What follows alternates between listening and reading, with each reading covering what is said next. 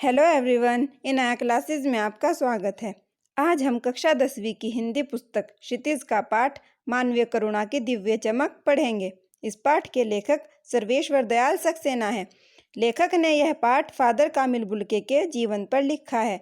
Father कामिल Bulcke का जन्म Belgium के रेम्स चैपल शहर में हुआ था, किंतु वे भारत आ गए थे और उन्होंने भारत को ही अपनी कर्मभूमि बनाया।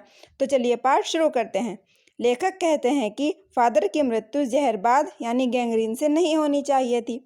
गैंग्रीन एक प्रकार का जहरीला फोड़ा होता है, इसलिए उन्हें जहरबाद से नहीं मरना चाहिए था, क्योंकि उनकी रगों में तो सभी के लिए मिठास भरा हुआ था।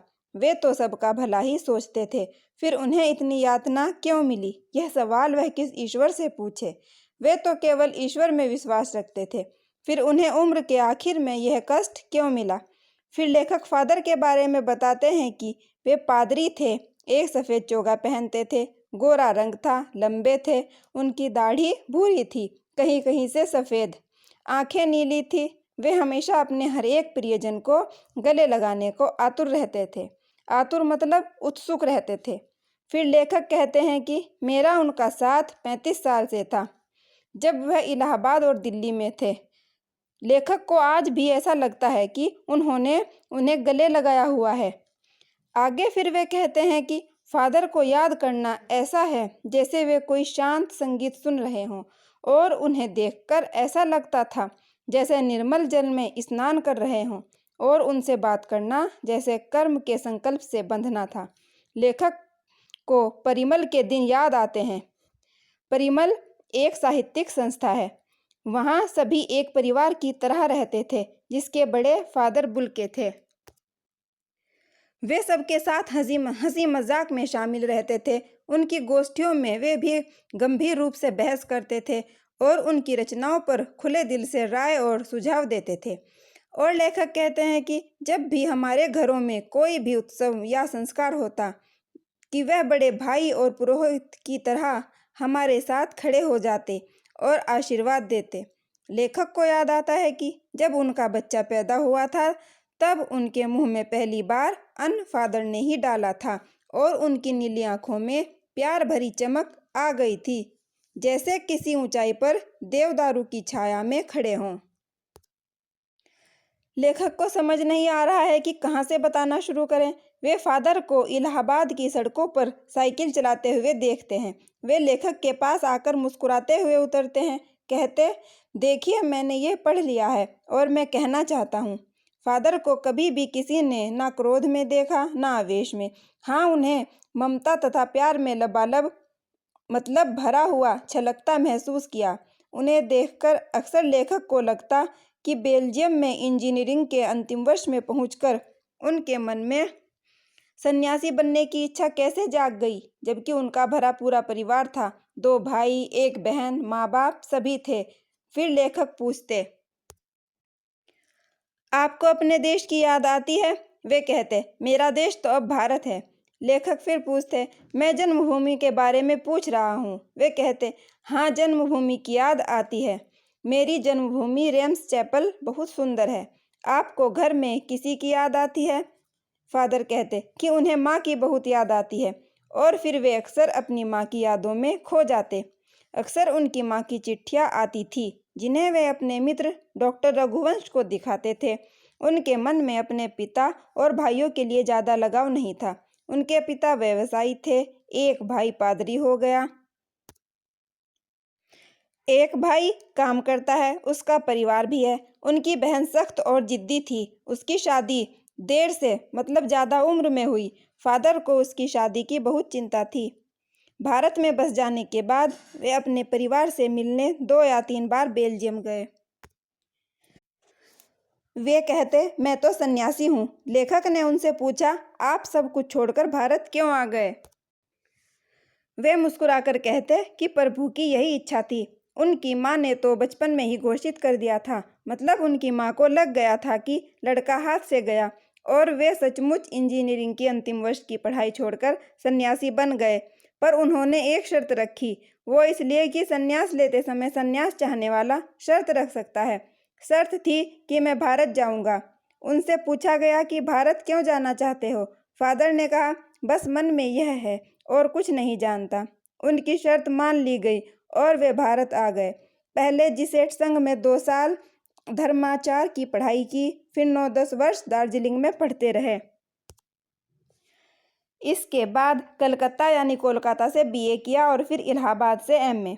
उन्होंने शोध प्रबंध प्रयाग विश्वविद्यालय से हिंदी विभाग में डॉक्टर वीरेंद्र वर्मा की देखरेख में 1950 में पूरा किया, जिसका विषय था रामकथा, उत्पत्ति और विकास।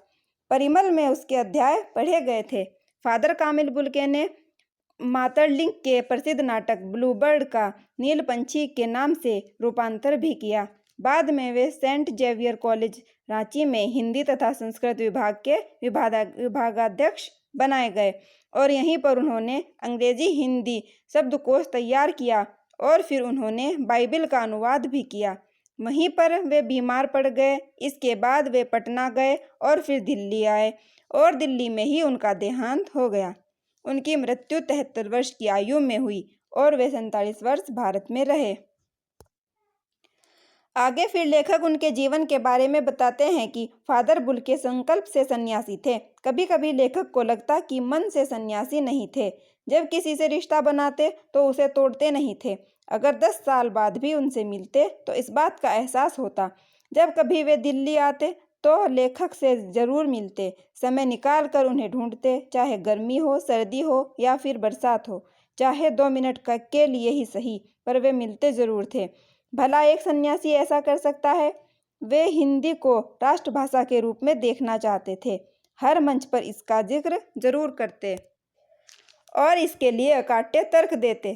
कोई भी उनकी बात काट नहीं सकता था। लेखक कहते हैं कि बस उन्हें इसी बात पर झुंझलाते और दुखी होते देखा है उन्हें दुख होता कि हिंदी बोलने वाले ही हिंदी की उपेक्षा करते हैं। वे दूसरों के घर, परिवार और दुख दर्द के बारे में पूछते थे और उन्हें सांत्वना देते और उनके शब्दों को सुनकर जैसे सुकून आ जाता था। हर मौत दिखाती है जीवन को नई राह। लेखक को अपनी पत्नी और पुत्र की मृत्यु के समय उनकी कही ये बातें याद आ रही हैं और फादर के शब्दों से झरती विरल शांति भी। आगे लेखक लिखते हैं कि आज जब वे नहीं रहे, लेखक को उनकी बीमारी का पता नहीं चला। इस बार जब वे दिल्ली आए तो लेखक को उन्होंने गले नहीं लगाया और जब उन्हें देखा तो वे ताबूत में लेटे हुए थे और उनकी उंगलियां सूजी हुई थी। उनके चेहरे पर सुकून था। 18 अगस्त 1982 को सुबह 10 बजे दिल्ली में कश्मीरी गेट के निकलसन कब्रिस्तान में नीली गाड़ी से उनका शव उतारा गया। कुछ पादरी, रघुवंश जी का बेटा और उनके परिजन उन्हें लेकर कब्रिस्तान के आखिरी छोर तक गए, जहां पर उनकी कब्र खोदी गई थी। उनकी कब्र के ऊपर करील की छांव थी और चारों ओर कब्र। करील एक कांटेदार बिना पत्तों वाली झाड़ी होती है।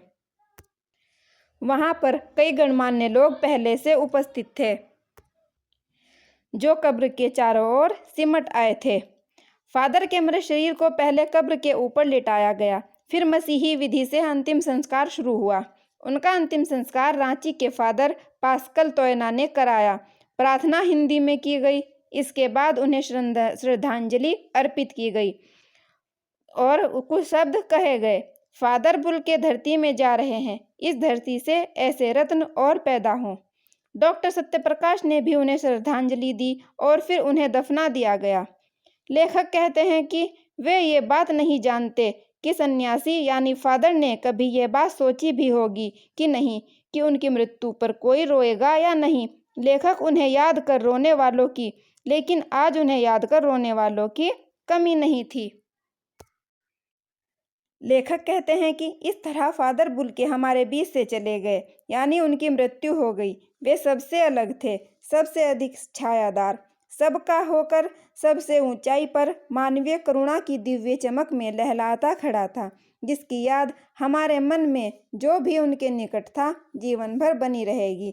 जैसे यज्ञ की पवित्र आग होती है, उसी की आंच यानी तपिश की तरह मैं उस पवित्र ज्योति की याद में श्रद्धानत हूँ। तो यहीं पर यह पाठ खत्म होता है। उम्मीद है आपको समझ आ गया होगा। अगर हाँ तो वीडियो को लाइक करें और शेयर करें और चैनल को सब्सक्राइब करके बेल आइकन को प्रेस करना मत भूलें।